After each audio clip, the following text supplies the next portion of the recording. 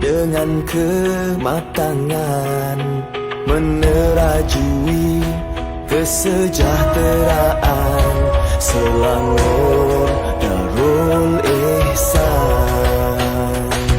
Bermandi keringat menghadam kritikan, terus bersemangat demi kestabilan. Denyut nadi rakyat dipantau, didengar, memperkukuh tekad, menyalakan sinar. Bukan retorik, bukan angan-angan, teguh berprinsip, berdepan cabaran. Khidmat untuk rakyat, bakti untuk semua, sepakat muafakat Selangor sejahtera.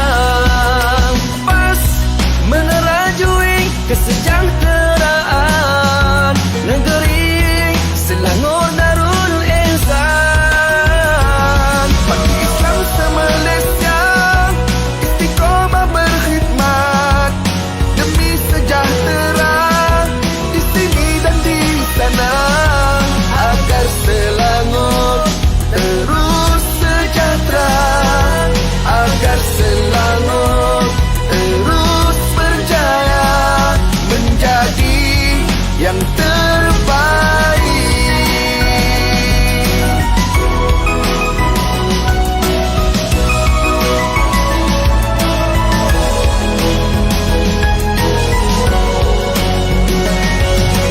Batai hilai pagal kena bumilai, urukul gayudan sendipong tadaye.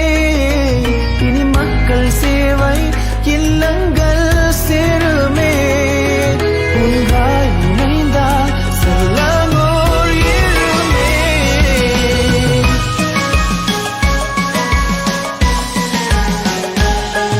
Indan kesafanong sa sendelindau,为马来西亚绚烂了，马来西亚伊斯兰的继续不断为你服务，为了今生的胜利以及新的繁荣，我们一起来。Menerajui kesejahteraan negeri Selangor Darul Ihsan. Parti Islam se-Malaysia istiqomah berkhidmat demi sejahtera di sini dan di sana, agar Selangor terus sejahtera, agar Selangor terus berjaya menjadi yang terbaik.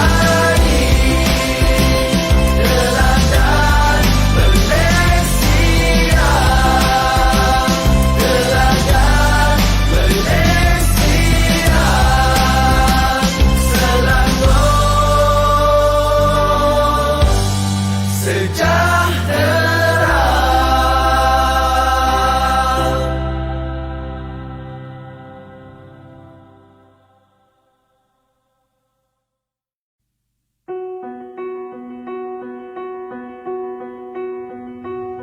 Sejak mula langkah menggalas bebanan, pikul tanggung jawab kotakan impian, mereda halangan dengan kematangan, menerajui kesejahteraan Selangor Darul Ihsan.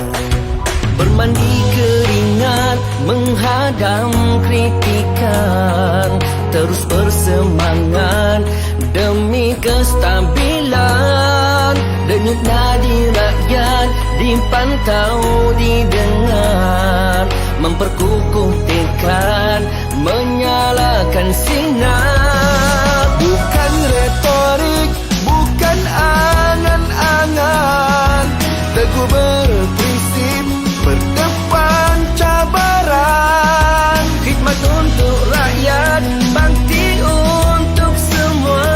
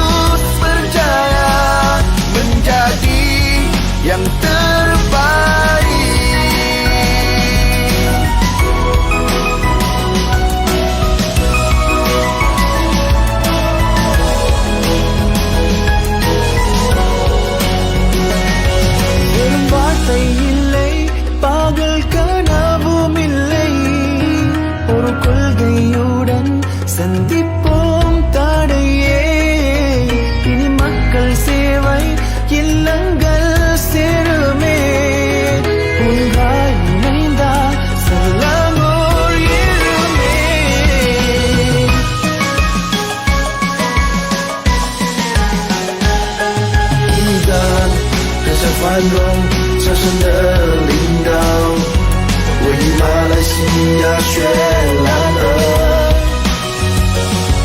马来西亚伊斯兰党继续不断为你服务，为了今生的胜利以及心灵的繁荣，我们一起来。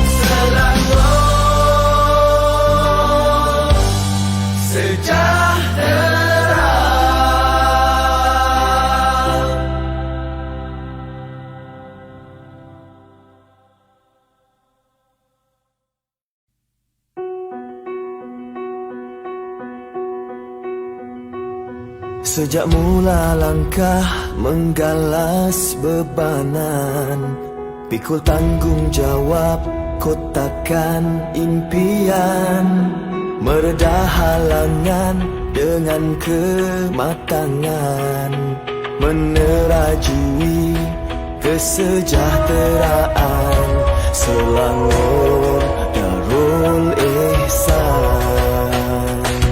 Bermandi keringat menghadam kritikan, terus bersemangat demi kestabilan. Denyut nadi rakyat dipantau, didengar. Bismillahirrahmanirrahim. Assalamualaikum warahmatullahi wabarakatuh dan salam sejahtera. Alhamdulillah, pada malam ini kita akan bersiaran pada segmen Let's Talk Snap Election antara Kerajaan Persekutuan dan Kerajaan Selangor. Dan julung kalinya TV PAS Selangor membawakan kepada anda dan sidang penonton segmen ini bagi membicarakan isu-isu politik semasa, terutamanya melibatkan negara dan juga negeri Selangor. Dan pada malam ini juga bersama kita adalah panel yang tidak asing dan pastinya dikenali di negeri Selangor, iaitu Tuan Haji Roslan Shahir bin Datuk Muhammad Shahir yang merupakan setiausaha Badan Perhubungan PAS Negeri Selangor. Dan saya bersama anda juga pada malam ini, Muhammad Syukri bin Omar, yang akan kita kupas tajuk pada malam ini, dan harapannya kita dapat melihat kerangka besar perbincangan kita yang pastinya dapat memberikan pencerahan kepada sidang penonton sekalian. Sidang penonton yang dikasihi sekalian, kita digembar-gemburkan pada saat ini bahawasanya akan berlakunya snap election ataupun pilihan raya mengejut, yang mana dijangkakan setelah sidang parlimen bulan Julai ini. Dan mengikut pandangan Perdana Menteri bahawasanya ianya mungkin berlaku pada bila-bila masa. Kerana dari sudut undang-undangnya, abalannya, bahawasanya tidak ada halangan untuk snap election ini dilaksanakan. Dan kita menjangkakan ianya akan berlaku dalam masa yang terdekat. Dan sidang penonton yang dikasihi Allah, sidang penonton sekalian, apabila kita menyebut tentang snap election, maka pastinya tergambar di pemikiran kita apakah yang disebutkan pilihan raya mengejut itu. Kerana itu pada malam ini kita datangkan Tuan Haji Roslan Shahir bin Datuk Shahir, setiausaha PAS Selangor, yang akan menjelaskan kepada kita apakah yang dimaksudkan dengan snap election itu dan bagaimanakah senario boleh ianya kemungkinan berlaku. Persilakan Tuan Juruslan. Terima kasih. Bismillahirrahmanirrahim. Alhamdulillahirabbil alamin wassalatu wassalamu alal asyrafil anbiya'i wal mursalin ala alihi wa sahbihi ajmain. Yang saya kasihi adinda saya Ustaz Syukri selaku moderator pada malam ini. Seterusnya tuan-tuan dan puan-puan para penonton yang dihormati sekalian. Assalamualaikum warahmatullahi wabarakatuh. Waalaikumsalam. Alhamdulillah, syukur pada malam ini dapat kita, walaupun sedang menghadapi suasana PKP lagi, dapat bertemu online dengan para penonton, tak kiralah sama ada di Selangor, di Malaysia, seluruh negara, untuk membincangkan sebagaimana disebutkan oleh moderator tadi, isu-isu semasa berkenaan dengan negara kita, politik negara kita. Nah, hari ini kita nak fokus kepada snap election. Sebagaimana yang Ustaz ajukan soalan tadi, snap election ini, Ustaz gunakan istilah tadi apa? Pilihan raya mengejut. Betul lah tu. Snap election ni maknanya pilihan raya mengejut. Pilihan raya ini kalau ikut undang-undang yang kita amalkan, Perlembagaan Negara menyebut bahawa usia parlimen, usia Dewan-Dewan Undangan Negeri adalah selama 5 tahun. Melalui sistem Westminster yang kita amalkan, sistem demokrasi berparlimen yang kita amalkan, usia parlimen itu tidak boleh lebih daripada 5 tahun.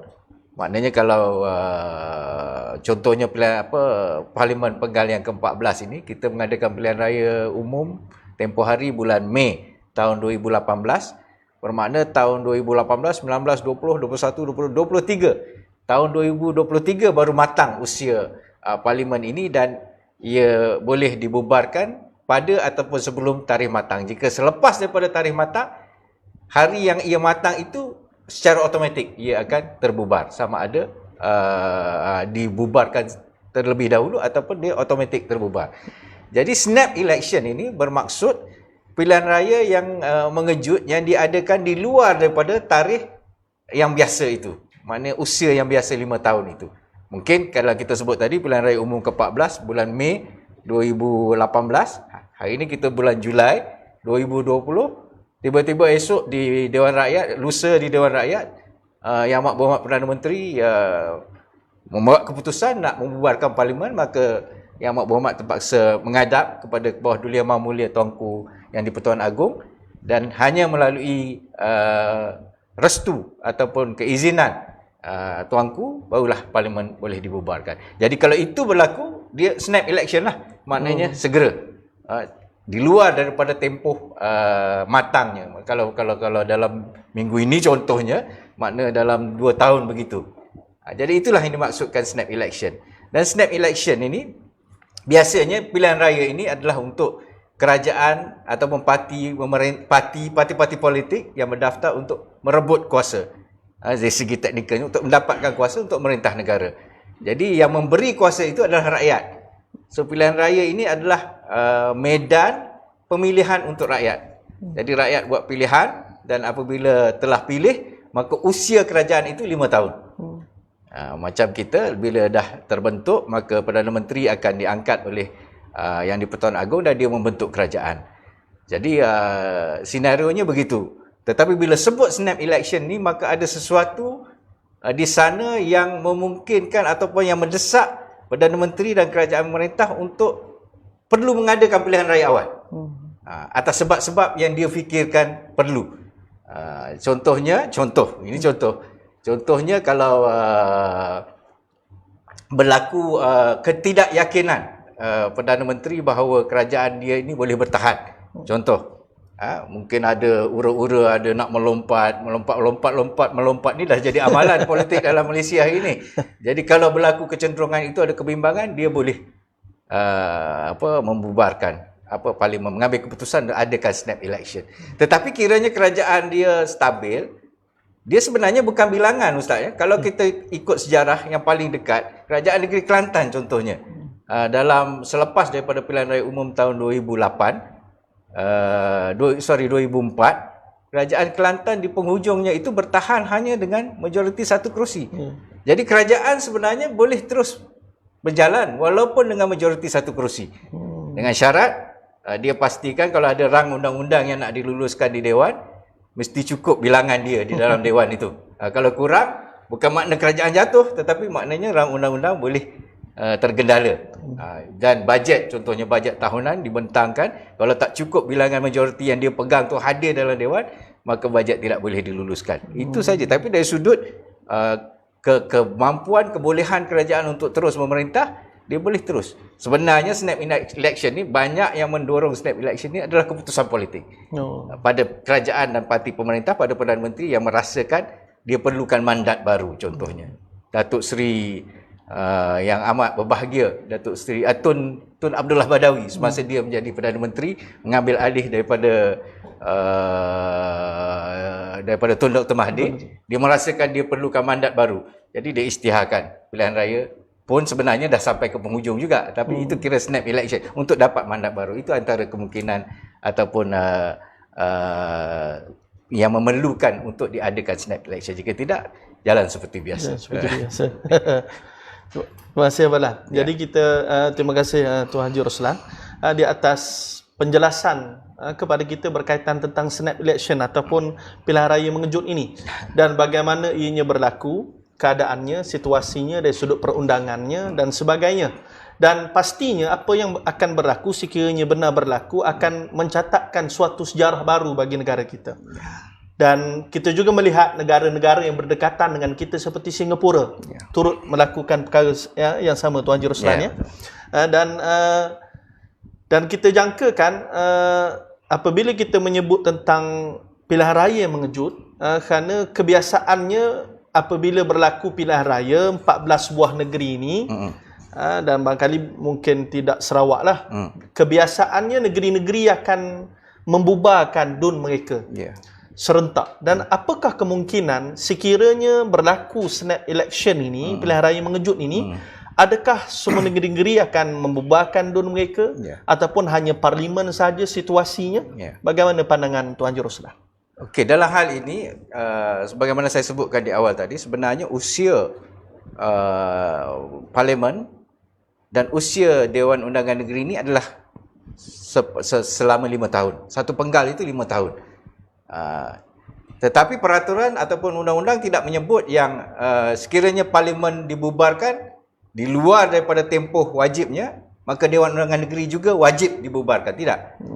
Tetapi dalam amalan politik, dalam amalan di Malaysia ini, satu ketika dulu kalau kita ingat, contohnya Barisan Nasional, dia pegang Kerajaan Persekutuan dan hampir ke semua negeri-negeri. Jadi bila dia buat keputusan untuk bubarkan parlimen, maka ketua-ketua negeri Barisan Nasional di negeri-negeri berkenaan turut menghadap ke bawah Duli Yang Maha Mulia Raja-Raja Melayu ataupun timbalan ataupun tuan yang utama yang di-Pertua Negeri untuk membubarkan Dewan. Itu atas sebab-sebab tertentu, contohnya nak menjimatkan kos dan sebagainya. Tetapi tidak semestinya. Kalau diadakan, contohnya macam Ustaz sebut tadi, kalau snap election diadakan hari ini di Malaysia dalam suasana hari ini, maka dewan-dewan negeri yang lain juga perlu dibubarkan. Tidak semestinya. Kecuali mungkin kalau Yang Amat Berhormat Perdana Menteri merasakan yang parti-parti sealiran dengan beliau, negeri-negeri yang dikuasai itu juga perlu bubar atas perkiraan politik. Jadi dia boleh meminta Menteri Besar atau Ketua Menteri turut menghadap dan meminta Dewan Negeri dibubarkan serentak. Tetapi kalau contohnya Pembangkang, Selangor ni, negeri Pembangkang, kalau Menteri Besar Selangor merasakan tidak perlu, dia boleh memilih untuk tidak membubarkan sehingga tamat tempoh 5 tahun. Sebagaimana Ustaz sebut tadi, apa yang berlaku di Sarawak hari ini. Sarawak dia punya tarikh pembubaran Dewan tidak serentak dengan Parlimen satu ketika dulu. Sebab itu baru ini bila kita adakan pilihan raya umum ke-14, Sarawak cuma ada pilihan raya umum Parlimen, negeri tidak. Negeri ni yang due-nya tahun 2021, tahun depan. Jadi maknanya negeri itu tidak ada kewajipan bagi dia untuk membubarkan dewannya. Tetapi kecuali kalau dah sampai, masing-masing dah sampai tempoh 5 tahun, maka wajib dibubarkan. Wajib dibubarkan. Terima kasih Tuan Haji Roslan. Bagaimana senario yang kita jelaskan, yang telah dijelaskan oleh Tuan Haji Roslan, menunjukkan bahawa sekiranya pilihan raya mengejut berlaku, maka tidak semestinya DUN-DUN akan membubarkan Dewan Undangan Negeri masing-masing. Ya, betul. Dan kemungkinan ianya hanya berlaku di peringkat parlimen.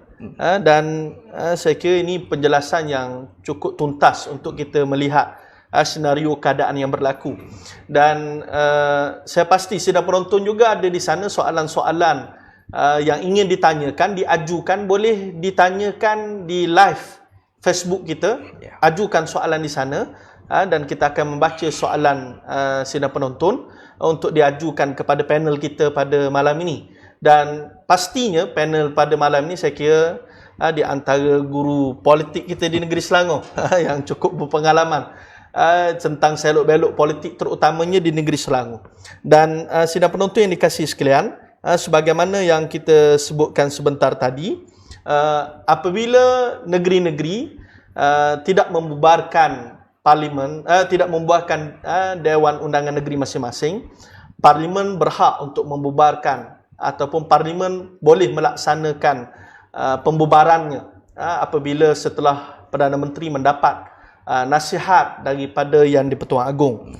Dan sekiranya berlaku, Tuan Haji Roslan, sekiranya berlaku dalam masa yang terdekat pembubaran parlimen ini, maka bagaimanakah mood rakyat dan persediaan PAS khususnya untuk kekal mentadbir negara berada di dalam kerajaan persekutuan dan kemungkinan negeri-negeri yang lain dan terutamanya di negeri Selangor. Okay. Terima kasih Ustaz. Jadi kita punya topik ni dah makin tumpu kepada suasana ataupun realiti politik hari ini. Jadi bila sebut snap election itu kita nak kaitkan dengan situasi politik pada hari ini. Yang bagi Ustaz tanya tentang mood rakyat macam mana. Jadi kalau saya lah contohnya, saya Perdana Menteri, sudah pasti kalau ada keperluan di sana untuk saya buat snap election, mesti saya yakin saya boleh menang. Tak adalah orang yang cerdik yang dia lemah, dia tiba-tiba panggil snap election. Kan? Sudah pasti akan kalah. Jadi sebagai ketua parti ataupun ketua kerajaan yang bijaksana, sudah pasti dia mengukur mood rakyat dan lihat kalau mood itu memang advantage kepada beliau, barulah jika ada keperluan dia akan panggil snap election. Jadi sama ada keperluan ataupun tidak pada Yang Amat Berhormat Perdana Menteri untuk bubarkan Dewan Rakyat, kita berdua pun tak tahu kan. Sama ada dia perlu apa. Tapi okey, kalau kita study mood rakyat ni sebagaimana Ustaz tanya tadi, baru-baru ini dalam sebuah akhbar harian, seorang penganalisa politik yang merupakan penulis kanan dalam akhbar berkenaan ada mengeluarkan satu angka.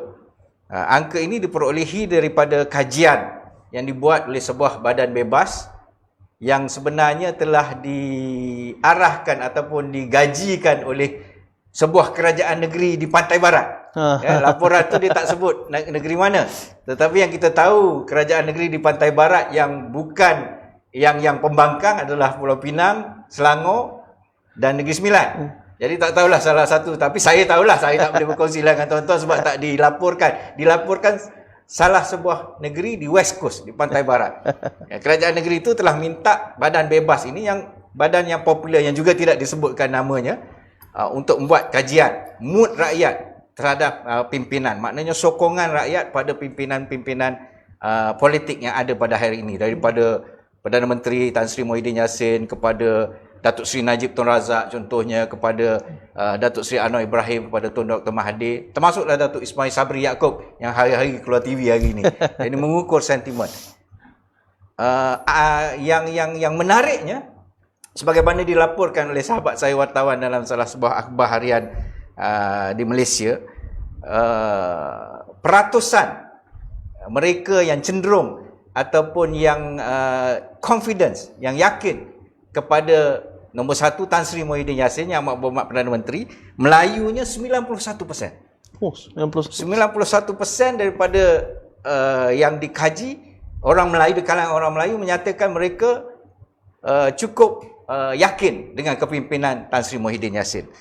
65% India dan China sekitar 25%. Jadi kalau saya Tan Sri Muhyiddin Yassin, saya tengok angka ini menunjukkan bahawa indikatornya maknanya rakyat jelata rata-rata bersama dengan beliau. Mestilah ada sebabnya. kerajaan Perikatan Nasional hari ini pun usianya baru mencecah 3 bulan. Baru mencecah 3 bulan. Maknanya ada beberapa pencapaian selepas daripada kejatuhan kerajaan Kerajaan Pakatan Harapan telah menyebabkan rakyat mula selesa dengan kerajaan ini sehingga boleh memungkinkan Tan Sri Muhyiddin dapat sampai 91%. Disebutkan contohnya Datuk Seri Anwar Ibrahim sendiri, calon bakal Perdana Menteri ni. Yang disebut-sebut berapa kali jadi bakal Perdana Menteri. Calon bakal Perdana Menteri ini yang menariknya cuma mendapat 16% sokongan di kalangan orang Melayu, 50% lebih sikitlah kalangan masih rendah di kalangan masyarakat India, cuma 50% berbandingkan Tan Sri Muhyiddin Yassin tadi 65%, dan masyarakat Cina 47%. Maknanya dia lebih dari sudut masyarakat Cina. Jadi maknanya secara overall keseluruhan kalau bandingkan dengan Perdana Menteri yang ada dan calon bakal Perdana Menteri ini jauh populariti ataupun apa yang dipanggil approval rating kepada Perdana Menteri ini jauh terlalu tinggi kalau banding dengan Datuk Seri Anwar Ibrahim. Jadi ini menunjukkan mood rakyat di luar sana tinggi, memberikan keyakinan kepada kerajaan baru Perikatan Nasional ini. Satu yang kalau boleh saya ambil masa sedikit untuk terjelaskan, yang cuba dikelirukan kepada rakyat, tetapi saya yakin rakyat tidak terpengaruh, bahawa kerajaan yang ada pada hari ini merampas kuasa daripada kerajaan Pakatan Harapan. Sedangkan hakikatnya kita semua tahu, rakyat Malaysia ni cerdik-cerdik belaka Ustaz, bukan macam rakyat di negara-negara dunia ketiga. Yang kita tahu kerajaan Pakatan Harapan ini roboh. Sebaik saja Yang Amat Berhormat Perdana Menteri yang ke-7 Tun Dr. Mahathir meletakkan jawatan, roboh kerajaan ini. Tak ada rumah dah. Tak boleh nak masuk pintu belakang, tak boleh masuk atap sebab rumahnya dah tak ada. Dah roboh. Jadi atas robohan rumah itu, Duli Yang Maha Mulia Yang di-Pertuan Agong telah menggunakan kuasa tuanku, kuasa baginda untuk membentuk kerajaan yang baru. Melalui mengangkat Perdana Menteri yang baru iaitu Tan Sri Muhyiddin Yassin, diberikan mandat untuk menggantikan kerajaan yang telah roboh ini supaya beliau membentuk sebuah kerajaan baru. Dan itu yang telah berlaku dan usia kerajaan ini dah sampai 3 bulan. Kiranya argumen mereka bahawa mandat besar diberikan kepada Pakatan Harapan dalam pilihan raya umum yang lalu, pilihan raya umum yang ke-14 lalu, mandat besar diberikan, Perikatan Nasional curi mandat itu, sebenarnya tak betul. Kita tengok dia punya susul galur, dia punya kronologi event dia, sebenarnya kerajaan itu jatuh bila Perdana Menteri letak jawatan. Dan dalam kekosongan itu, dalam vacuum itu, Tuanku Yang di-Pertuan Agong menggunakan kuasanya melantik Perdana Menteri yang baru. Dan Perdana Menteri yang baru ini, kalaulah ketika itu, ini kita cakap, kita layman lah orang bawah, kalaulah ketika itu rakyat masih menjunjung Pakatan Harapan, sudah pasti berlaku protes di sini sana, orang berdemonstrasi, kawan-kawan kita dalam Pakatan Harapan ni, bab demonstrasi ni dia A1. Pastinya berlaku demonstrasi huru-hara, tetapi apa yang kita lihat tidak. Seolah-olah rakyat pula seakan-akan mendoakan biar jatuhlah kerajaan ini digantikan dengan kerajaan yang baru. So ini yang berlaku. Dan dengan takdir Allah Subhanahu Wa Taala, sejurus naik kerajaan ini, kita dilanda dengan pandemik COVID-19 ini, dan cara pengurusan COVID-19 ini oleh kerajaan Perikatan Nasional bawah kepimpinan Tan Sri Muhyiddin Yassin, saya rasa lebih meyakinkan rakyat. Kalau ikut angka yang terbaru yang diumumkan, kita antara 5 yang terbaik dalam dunia menguruskan pandemik ini. Dan sudah pasti rakyat tahu. Ada seorang pemimpin yang bakal Perdana Menteri itu, dia kata apa yang telah Perikatan Nasional lakukan sepanjang 3 bulan ini, mungkin dia tak berada dalam negara kot. Tapi rakyat jelata saya rasa tahu, dan rakyat jelata cukup selesa dengan kerajaan yang ada pada hari ini. Dan kerana itu, balik kepada soalan Ustaz tadi, mood rakyat bagaimana? Mood rakyat memang bersama-sama dengan kerajaan Perikatan. Sama ada pilihan snap election diadakan ataupun tidak diadakan, saya rasa dari sudut sokongan, berdasarkan kajian yang pun saya sebutkan, semuanya menunjukkan indikatornya bahawa kerajaan ini diterima oleh rakyat. Terima kasih Tuan Haji Roslan. Jadi bagaimana yang telah dijelaskan oleh Tuan Haji Roslan, bahawa mood rakyat pada hari ini memang menaruh kepercayaan terhadap kerajaan Perikatan Nasional. Dan lebih-lebih lagi sekiranya apabila berlakunya pilihan raya mengejut. Namun begitu, saya kira soalan dari para netizen kita bertanya, dalam realiti pada hari ini, apakah kerajaan Perikatan Nasional dalam suntikan-suntikan ekonomi yang diberikan secara berterusan kepada rakyat dan mengambil berat tentang soal kebajikan dan lain-lain dan sebagainya, apakah kerajaan ini akan dapat terus kekal bertahan pada masa pilihan raya akan datang, dan apakah perbezaan jauh di antara dua kerajaan ini, di antara Perikatan Nasional dan Pakatan Harapan? Sila Tuan Je. Terima kasih Ustaz. Memang kita akui bila kerajaan Pakatan Harapan menang pilihan raya umum yang ke-14 dahulu, kemenangan itu adalah atas sokongan luar biasa rakyat. Kalau kita imbas kembali, sebenarnya ketika itu, sebelum dan pada pilihan raya itu, suasana ekonomi negara memang sungguh tidak memberangsangkan. Dia bukan efeknya di negara kita saja, sebenarnya suasana ekonomi dunia ketika itu. Dan keadaan hidup rakyat dari sudut kos hidup dan sebagainya terlalu membebankan. Masa itulah kita ada GST dan sebagainya. Dan Pakatan Harapan ini menggunakan kesusahan rakyat itu sebagai modal untuk mereka berkempen, dan mereka terbitkan manifesto sebagaimana kita semua tahu, manifesto janji-janji harapan baru untuk Malaysia, nak hapuskan PTPTN, nak hapuskan tol, nak turunkan harga minyak. Semuanya janji-janji yang boleh mengubatkan kerisauan dan kesusahan rakyat ketika itu. Jadi sudah pasti rakyat yang terbelenggu dengan berbagai masalah ketika itu nak cari jalan keluar. Nampaknya Pakatan Harapan ni menjanjikan harapan sungguhlah. Kerana itu kita tengok lonjakan yang luar biasa berlaku. Termasuklah kita di negeri Selangor ini. Ustaz sendiri jadi calon. Kita tengok kawan-kawan kita sendiri di kalangan orang-orang UMNO pun tak undi UMNO, orang PAS pun tak undi PAS. Dan masyarakat yang bukan Melayu khususnya pula begitu yakin bahawa perubahan kerajaan inilah cara untuk nak menyelesaikan masalah mereka. So kita lihat 90% lebih masyarakat bukan Melayu mengundi Pakatan Harapan. Dan orang Melayu ini pula berpecah tiga. Sebab 3 parti Melayu bertanding, PAS, UMNO dan daripada Pakatan Harapan. Akibatnya berlaku perubahan yang luar biasa. Kerajaan Barisan Nasional yang merentah sekian lama jatuh di peringkat persekutuan. Itu mood ketika itu.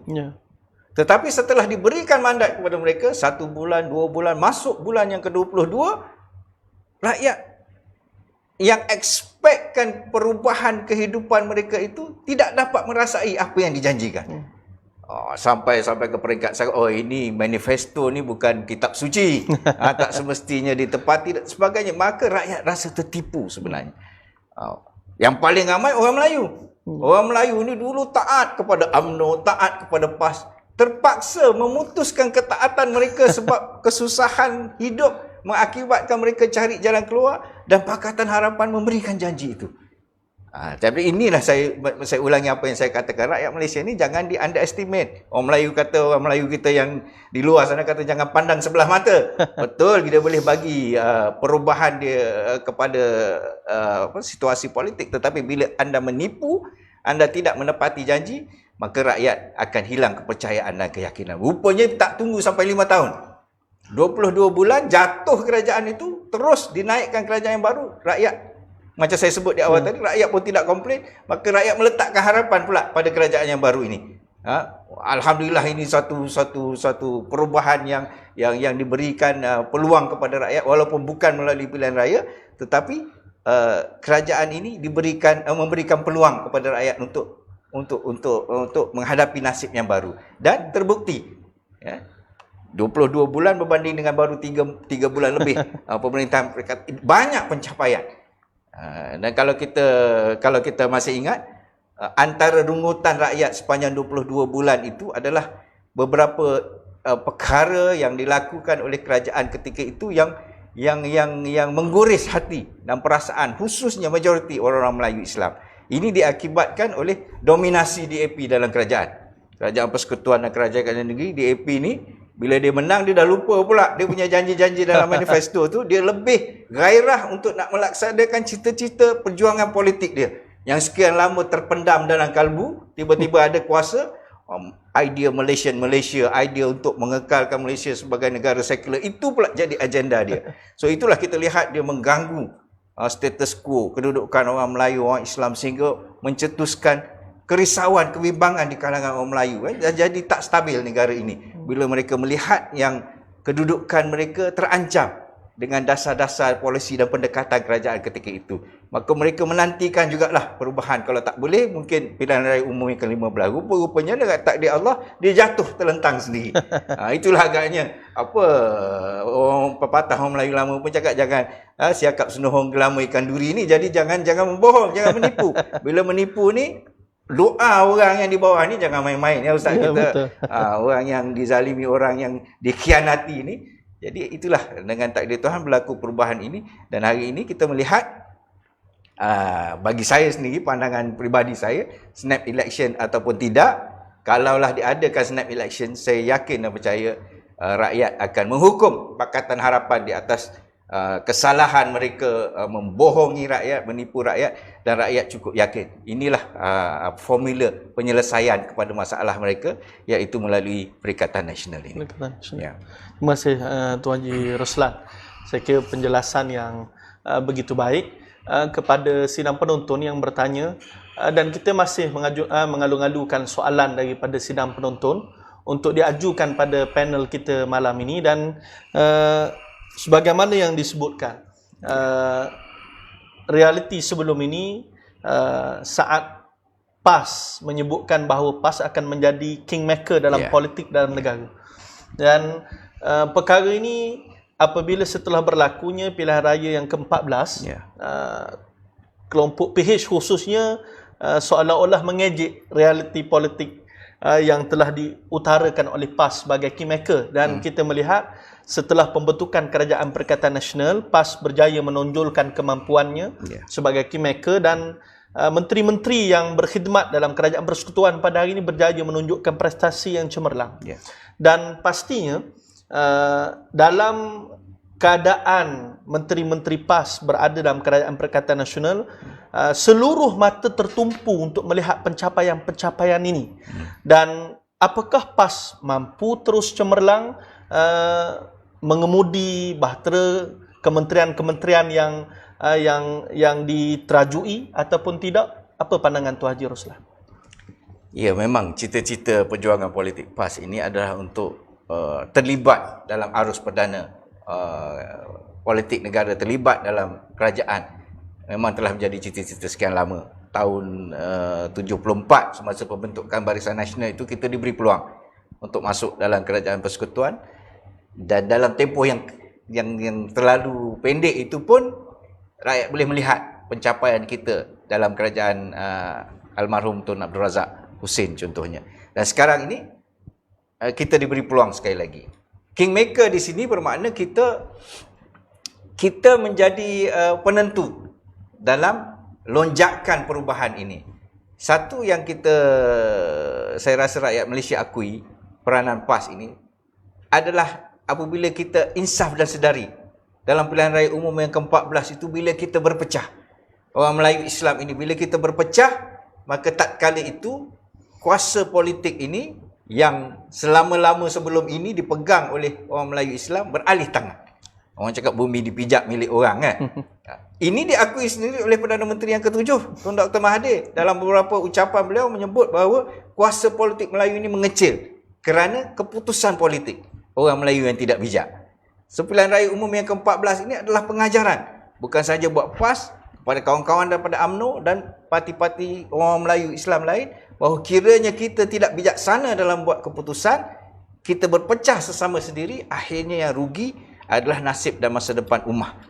So, ini yang telah berlaku dalam pilihan raya umum yang ke-14. Alhamdulillah, berkat daripada usaha inisiatif yang diambil oleh PAS dan rakan-rakan pimpinan daripada UMNO, kita menyedari perkara ini. Dan perkara ini tidak boleh dibiarkan berterusan. Kerana bahayanya, inilah mereka-mereka yang tidak ada kepentingan mempertahankan nasib dan maruah agama, bangsa dan negara ini, bila dia berkuasa, dia ada agenda lain. So, yang akan jadi mangsa adalah ini, kita yang di bawah ini.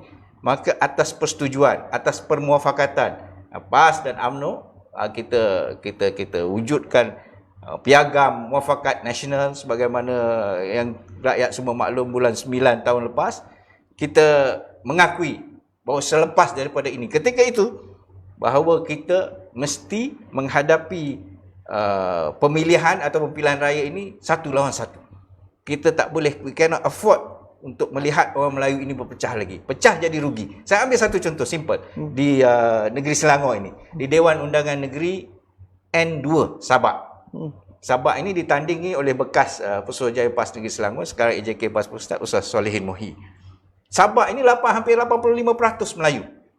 So biasanya dalam kawasan yang seumpama ini, sama ada 85% Melayu atau 85% Cina, satu kaum itu dominan, terlalu dominan, tidak ada kemungkinan untuk orang lain menang.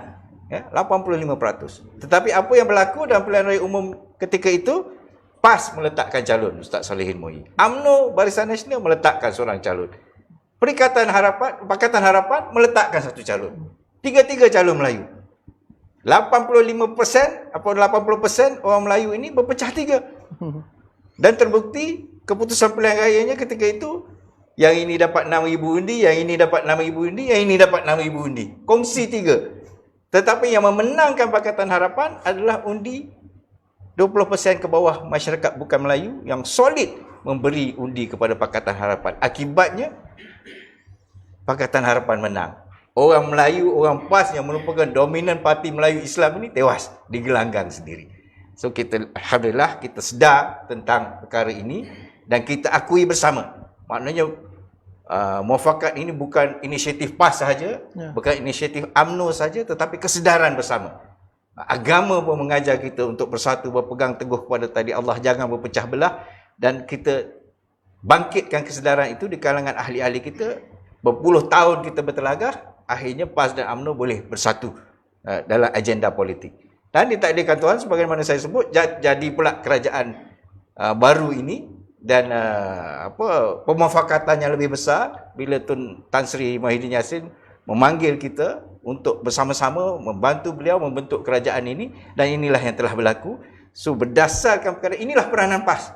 Ya, walaupun kita cuma di parlimen ada 18 kerusi, tapi tanpa 18 kerusi ini tak boleh bentuk kerajaan ini. Walaupun kita antara yang terkecil, partner yang terkecil. Tetapi hakikatnya kita menggunakan kesempatan ini untuk menyatu padukan agama, bangsa dan negara. Dan inilah yang di-appreciate, yang dihargai oleh rakyat Malaysia. Dan pada rakyat Malaysia, kalau boleh saya menyeru pada malam ini, jangan persia-siakan pemufakatan ini, penyatuan ini. Tak pernah berlaku, tuan-tuan. Dalam politik Malaysia, orang Melayu ini boleh bersatu bawah satu payung. Bergaduh selalu, tapi bersatu ini tak pernah berlaku. So ini berlaku di depan mata kita. Dalam zaman hidup kita, jangan persiakan peluang ini. Terus gagahkan, terus kembalikan, terus pertahankan maruah agama, bangsa dan negara kita. Memang kita ada perbezaan politik walaupun dah bersatu ini, tapi perkara-perkara ini perlu diselesaikan demi agenda yang lebih besar. Jadi pada soalan tadi, saya merasakan PAS bertanggungjawab untuk terus main peranan. Kita duduk dalam kabinet, kita ada 3 menteri, 5 timbalan menteri, dan duduk dalam GLC dan sebagainya. Peranan kita adalah untuk membawa politik baru kepada Malaysia ini. Kalau dulu orang kata kalau orang Melayu ini duduk di tangga kuasa, di kemuncak kuasa, dia akan salah gunakan kuasa. Kecenderungannya salah gunakan kuasa. Jadi kita mengajak bersama-sama rakan-rakan kita semua, mari kita create, mari kita wujudkan satu politik baru dalam Malaysia, di mana semua pemimpin Melayu Islam ini yang utamanya dia takut kepada Allah Subhanahu Wa Taala, dan atas kesedaran itu dia menjadi pemimpin yang baik. Dan kita bagi tahu kepada rakan-rakan yang bukan Melayu, bukan Islam, orang Melayu ini dia jadi baik bila dia pegang teguh kepada agama. Bila dia tak pegang, dia lalai, itulah dia jadi orang Melayu yang tak baik, yang rasuah, yang maksiat, yang salah guna kuasa dan sebagainya. Tapi bila dia berkawan dengan orang baik-baik, bila ada pula PAS di situ, insya-Allah selamat sampai bila-bila. Jadi saya rasa PAS akan terus memainkan peranan itu, dan ini dihargai oleh rakan-rakan kita yang lain, dan masing-masing perlu memerlu. Biarlah kita bersama-sama menentukan nasib dan masa depan kita. Biarlah kita jangan lagi berpecah, biarlah kita terus mempertahankan, memperkukuhkan muafakat ini sampai bila-bila, insya-Allah. Terima kasih Tuan Haji Roslan. Dan saya kira banyak perkara-perkara yang menarik perhatian kita, terutamanya apabila Tuan Haji Roslan menyebutkan berkaitan Dun Sabak, merupakan salah satu daripada dun yang ditandingi oleh PAS di negeri Selangor, yang sepatutnya majoriti Melayu itu memberikan kemenangan kepada sama ada PAS ataupun UMNO, tetapi ianya berlaku sebaliknya. Dan bila kita menyebut tentang politik besar negara dan apa yang berlaku dalam pilihan raya ke-14 dan apa yang akan berlaku dalam pilihan raya ke-15, pastinya orang Melayu Islam dan seluruh rakyat termasuk dalam mereka semua masuk dalam sejarah utama ini, dalam akan membentuk ataupun memberikan undi bagi membentukkan kerajaan baru. Dan pastinya setiap daripada kita, rakyat menunjukkan keprihatinan mereka di dalam undi yang mereka berikan pada saat memutuskan siapakah yang akan memimpin negara. Dan apabila kita menyebut tentang negeri Selangor, sebab kita sebut secara besar tadi, Malaysia, dan rakyat ingin mengetahui apakah PAS di negeri Selangor ini terus relevan, apakah PAS masih menjadi pilihan rakyat di negeri Selangor selepas gelombang Perikatan Nasional membawa aura positif kepada rakyat, dan keadaan dalam realiti PAS saat ini hanya mempunyai satu kursi di Dun Sejangkang yang dipegang oleh Yang Berhormat Datuk Dr. Yunus Khairi yang merupakan Suruhjaya PAS Selangor.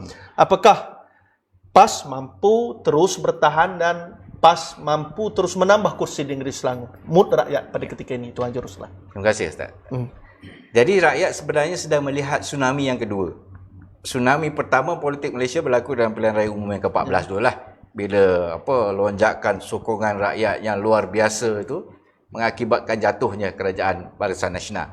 Dan kemudian sebagaimana kita sebut tadi, tiba-tiba kerajaan yang baru yang baru berusia 22 bulan itu walaupun menerima sokongan yang luar biasa, boleh jatuh atas tindak tanduk dia sendirilah, pilihan dia sendiri. Tak ada orang paksa, dia sendiri jatuh.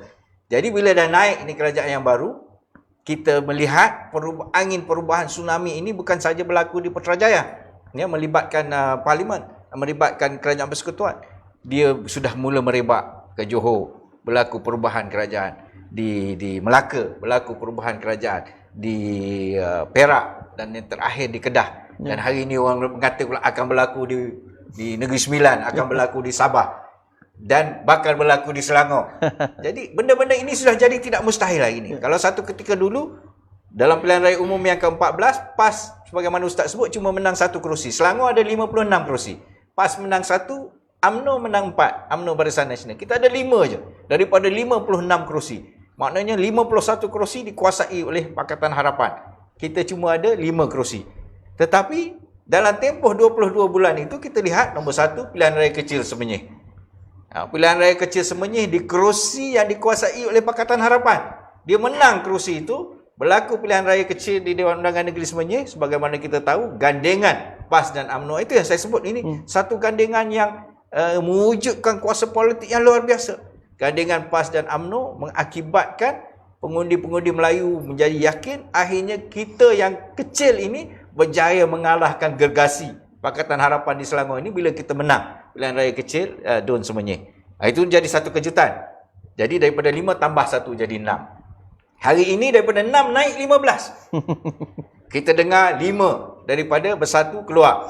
Sebab dia ikut keputusan Parti Bersatu yang membentuk kerajaan di Persekutuan. Jadi dia ikut. Tambah lagi 5. Kemudian Datuk Seri Azmin dan geng. Datuk Seri Azmin, Yang Berhormat Datuk Seri Azmin, Yang Berhormat Saudara Helman, Yang Berhormat Sementa, Yang Berhormat Lembah Jaya keluar oleh kerana perbezaan politik dan sebagainya. Jadi yang sepatutnya mengadakan snap election sebenarnya Selangor.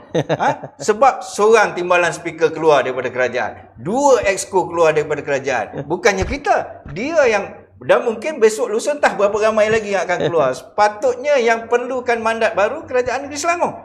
Bukannya kerajaan persekutuan. Dia yang jangan cakap orang, awak ni yang sedang bermasalah. Dan kita dengar sama ada betul tak betul, Allahualam, ura-ura ada 2 adun daripada PAN, Parti Amanah, yang pun sedang bercita-cita Berkira-kira. untuk nak beralih angin. Dan tak termasuk lagi penyokong-penyokong lain Datuk Seri Azmin yang kita tahu masih pegang jawatan ADUN yang taat setia kepada Datuk Seri Azmin juga kabarnya akan beralih angin. So kalau ini berlaku, Selangor pun mungkin menjadi negeri seterusnya selepas daripada Kedah, tidak mustahil. Jadi ini keadaan di Selangor. Kalau boleh saya bagi contoh, bila kita bercantum PAS dengan UMNO ini, sekarang pula dengan grup Datuk Seri Azmin, kemudian dengan Bersatu. Kalau PAS dan UMNO sahaja, contohnya kita kalah di Parlimen Kuala Langat.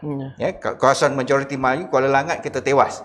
Tetapi kalau kita campurkan undi yang diperolehi oleh calon PAS dan calon UMNO ketika itu, maknanya kita bertanding seorang je, satu calon saja. Kalau kita campurkan, kita boleh menang dengan majoriti 1,619 undi di Parlimen Kuala Langat. Tambah lagi satu parlimen. Kemudian di Parlimen Kapar. Parlimen Kapar ini yang menang calon PKR. Kerana pecah undi kita tadilah. Orang Melayu kita berpecah. UMNO pun letak calon, PAS pun letak calon.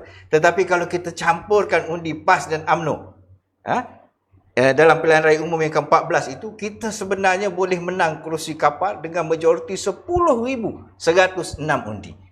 Ini yang membimbangkan Ustaz. Sebenarnya yang bimbang ni bukan Perikatan Nasional, bukan PAS, bukan UMNO, bukan Bersatu. Yang bimbang ini adalah PH.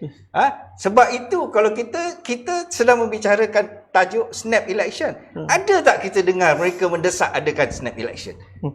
Yang nak jadi bakal Perdana Menteri berapa kali ni, dia tak sebut pun tentang snap election. Dia sebut tentang dia minta supaya ada undi tak percaya dengan harapan kerajaan Perikatan Nasional ni jatuh, dia balik berkuasa. Termasuklah orang yang letak jawatan tu, dia pun nak balik berkuasa.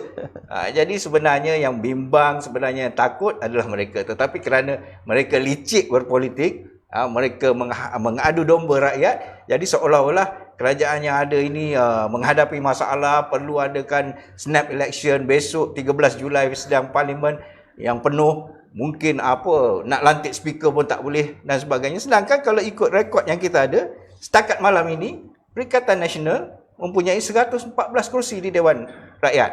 Ya, Dewan Rakyat ada 222 kerusi, cukup majoriti untuk pemerintah 112. Kita ada 114. Dan mereka cuma ada 92.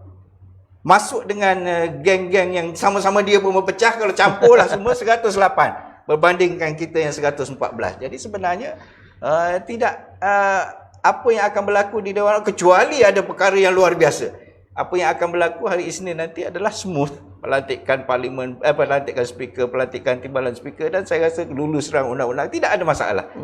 Dan kalau benda itu semua lulus dan Perdana Menteri merasakan this is the time to call for snap election, nak bubarkan balik, bubar ketika itu, saya yakin dan percaya yang akan menimpa kekalahan besar, yang akan dilanda tsunami yang ketiga adalah mereka dan bukan kita. Terima kasih Tuan Haji Roslan. Saya kira situasi dan keadaan politik yang disebutkan oleh Tuan Haji Roslan itu menggambarkan bahawa realitinya benar-benar gementar apabila berlakunya snap election ini adalah Pakatan Harapan. Dan kita boleh melihat mereka masih lagi tidak selesai siapakah bakal Perdana Menteri di kalangan mereka. Sampai ini balah Tuan Haji Roslan. Dan mereka masih lagi, sehingga gini kita mendapat maklumat bagaimana Tun Dr. Mahdi menyebutkan mereka bergerak dengan blok bebas bersama warisan. Artinya perpecahan demi perpecahan terus berlaku menghinggapi Pakatan Harapan dan menunjukkan kepada rakyat bahawa mereka tidak fokus tentang kebajikan rakyat. Mereka lebih fokus tentang bagaimana mereka dapat menggapai kekuasaan, merebut kursi Perdana Menteri. Dan berbeza dengan kerajaan Perikatan Nasional hari ini yang terus bekerja menjaga kebajikan rakyat. Dan akhirnya pada hari ini saya kira perbincangan kita begitu menarik, dan kalau bolehlah Tuan Haji Roslan berikan kesimpulan tentang perbincangan kita pada malam ni. Bersilakan. Saya rasa kita bermula dengan snap election tadi. Dan snap election ini adalah terpulang kepada Yang Amat Berhormat Perdana Menteri dengan rakan-rakan mungkin dalam kerajaan untuk memikirkan dan membaca situasi. Kiranya ada keperluan, kiranya memanggil snap election itu akan memperkukuhkan lagi kerajaan yang ada, maka dia berhak untuk memohon perkenan daripada Duli Yang Maha Mulia Tuanku untuk membubarkan Dewan. Dan ketika itu, okeylah kita kejar mandat. biarkan rakyat bersuara sekali lagi. Dan sebagaimana kita bincangkan tadi, kita yakin dan percaya kalau berlaku snap election ini, yang akan menang besar adalah pihak Perikatan Nasional, yang akan kalah besar adalah Pakatan Harapan. Sebab Pakatan Harapan ini terbentuk sebagaimana kita sebut tadi adalah atas perpecahan politik atau perpecahan undi orang Melayu. Tapi bila dah bersatu orang Melayu sebagaimana ada pada hari ini, maka ancaman dia adalah pada mereka. So itulah kita lihat. Jadi rumusannya saya merasakan bagi kita PAS, kita akan terus mengamalkan budaya politik matang dan sejahtera dalam berpolitik yang telah membawa kita jauh ke hadapan pada hari ini. Satu ketika dulu orang cakap PAS ini parti Pak Lebay. Satu ketika dulu orang kata PAS ni kemampuan dia sangat terhad. Nak jadi menteri pun menteri agama je lah. Hari ini kita tengok ada menteri perladangan dan komoditi, ada menteri alam sekitar. Di kalangan PAS ada timbalan menteri pertanian, timbalan menteri sains. Dan yang penting bagi orang Melayu Islam, kita nak menyebut negara Malaysia yang berbilang kaum, yang penting untuk orang Melayu Islam yang majoriti dalam negara termasuk di negeri Selangor ini adalah untuk kita bijak berpolitik. Kita nakkan sesuatu yang baik untuk generasi yang akan datang, untuk anak cucu kita. Maka kita bertanggungjawab untuk memilih pemimpin yang baik-baik. Pemimpin yang baik-baik hari ini lahir daripada pemufakatan yang baik sebagaimana yang ada pada hari ini. Kita bermula dengan mufakat nasional yang cukup cantik yang saya sebutkan tadi, memecah rekod dan sejarah, dan hari ini bakal membentuk Perikatan Nasional, satu pemufakatan yang lebih besar. Jadi kita ikut arus kepimpinan kita. Keputusan ini mengambil kira kepentingan rakyat, dan mudah-mudahan kita dapat menyatukan umat Melayu ini, dan apabila umat Melayu ini bersatu, bangsa-bangsa lain juga dapat berteduh di bawah penyatuan umat Melayu ini, maka kita menjadi sebuah negara Malaysia yang teguh dan kuat. Yang kawan-kawan kita sebelah sana tu, yang tuduh orang kleptokrat, yang tuduh orang rasuah, yang tuduh orang kotor, dia saja malaikat, hari ini kita dapat tengok. Bila dia tak ada kuasa, SPRM ni duk menyelongkar pejabat dia. Bukan pejabat kita. Daripada pejabat parti dia, daripada pejabat kerajaan negeri Pulau Pinang, daripada semua nampaknya yang malaikat ni pula yang disiasat. Jadi rakyat boleh melihat. Sekarang ini langit terbuka, dunia terbentang luas. Rakyat boleh melihat dan menilai. Dan makin rakyat melihat dan menilai, makin mereka tahu bahawa Pakatan Harapan ini memang tidak ada harapan lah dalam politik Malaysia. Jadi akhirnya kalau boleh saya sebut kepada harapan kita lah di negeri Selangor ni terutama je, kita mengharapkan agar pemufakatan UMNO dan PAS ni yang alhamdulillah sudah berjalan begitu baik dan lancar di seluruh negeri Selangor, termasuklah di Malaysia, di seluruh negeri Selangor, di bawah Yang Berhormat Datuk Dr. Ahmad Yunus Hairi dan Yang Berhormat Tan Sri Noh Omar, gandingan PAS dengan UMNO telah berjaya mewujudkan jentera yang cukup mampat, cukup padat, dan sekarang pula kita meneroka jalan yang lebih luas dengan kawan-kawan baru daripada Bersatu, daripada Blok Datuk Seri Azmin dan yang lain-lain, parti-parti komponen lain. Kita mengharapkan gabungan yang lebih besar ini dapat direalisasikan. Banyaklah pengorbanan yang perlu dilakukan oleh semua pihak untuk nak menjadikan sebuah Malaysia yang baru, yang lebih kondusif, yang lebih selesa, yang lebih sejahtera untuk semua. PAS saya rasa sangat terbuka dan sedia untuk berkorban demi untuk Malaysia yang sebegitu. Dan rakyat telah lihat apa yang telah kita lakukan selama ini, kebelakangan ini. Dan kerana itu berilah keyakinan kepada kita, berilah peluang kepada kita.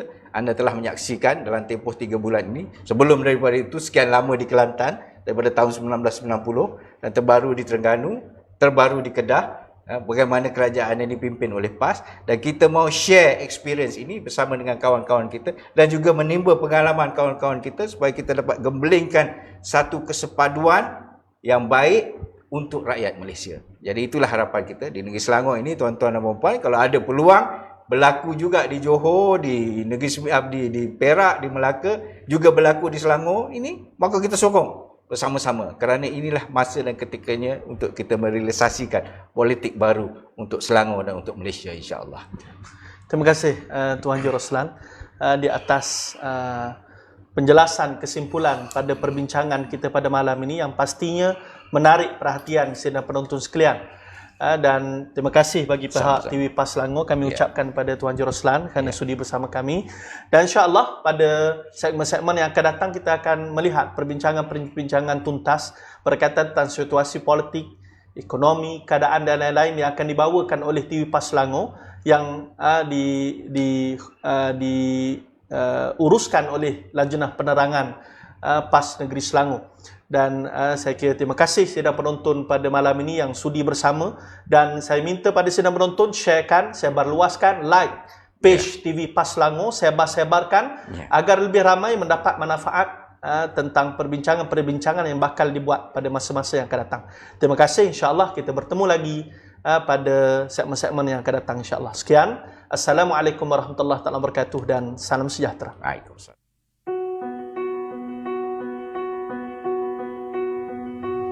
Sejak mula langkah menggalas bebanan, pikul tanggung jawab kotakan impian, mereda halangan dengan kematangan, menerajui kesejahteraan Selangor Darul Ihsan. Bermandi keringat menghadam kritikan, terus bersemangat demi kestabilan. Denyut nadi rakyat dipantau, didengar.